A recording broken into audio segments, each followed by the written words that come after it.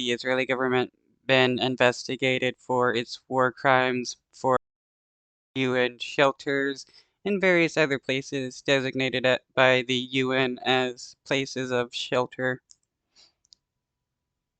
Well, joining me now is Maleha Malik, the Executive Director of the Protect Education in Insecurity and Conflict Program at the Education Above All Foundation.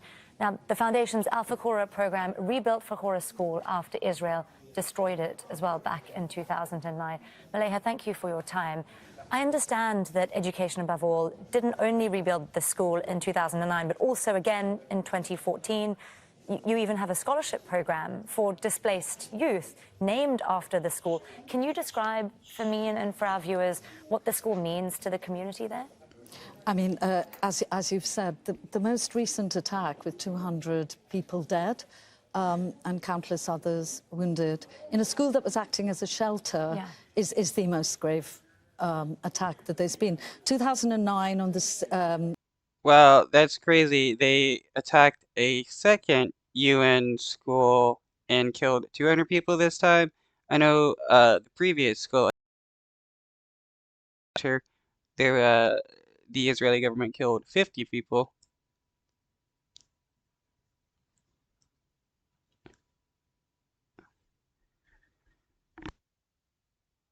There was an attack on a school where 30 to 40 died, and again in hostilities and the war in 2014. I think symbolically, Al Fakhura was founded as a program of education above all, as a symbol of hope, and as a symbol of the fact that education is at the heart of building justice and peace in Gaza. So to see once again, you know, in such a short period of time, the destruction of this school is symbolic, really, of what is happening in Palestine. It's an absolute tragedy. Well, as we've been hearing... Where are people supposed to go for safety if innocent people are still going to be attacked, even while designated by the UN to be a place of safety? This just shows that the Israeli government doesn't care where people are at, if they're innocent or not. They're still going to bomb them.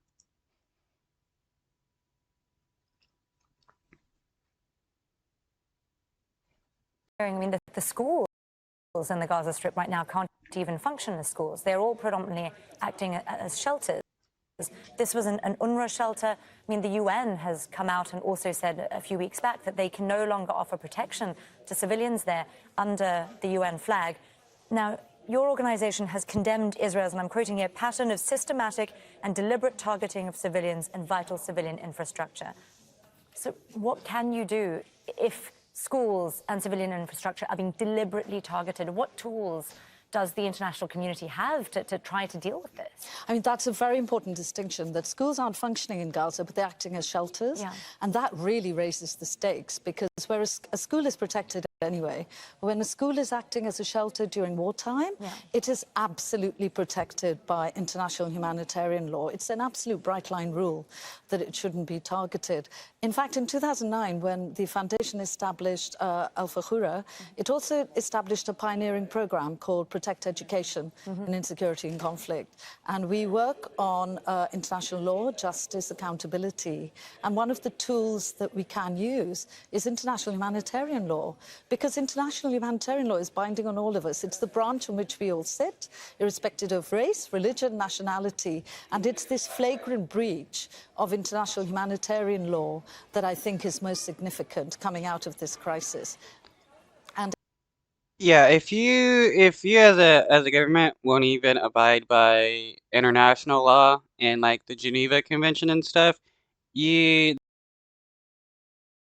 dangerous government, because they're going to kill anyone, no matter innocent or not, as long as the government feels justified in doing so.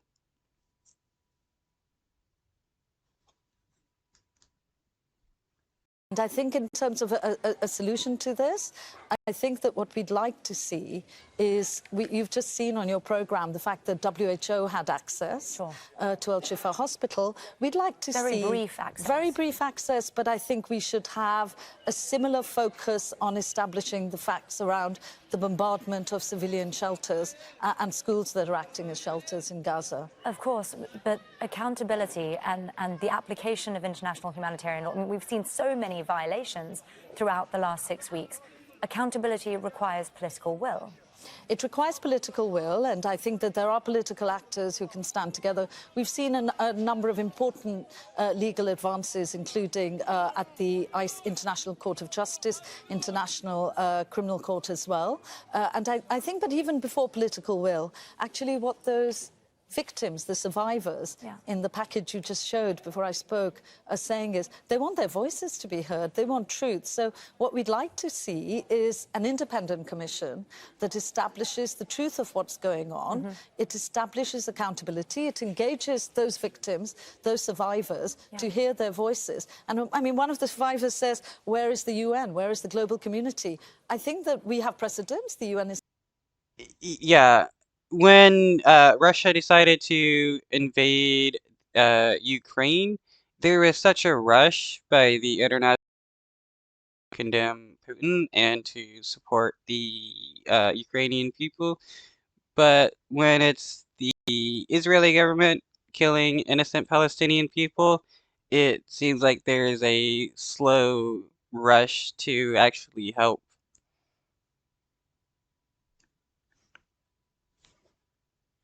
Established similar tribunals in Rwanda, in Bosnia, in Cambodia. So I think we'd like to see something similar now, given the gravity of violations of international law and the scale of the massacres that are taking place. 200 people in a school. That woman you just heard said, I was bombed in my home.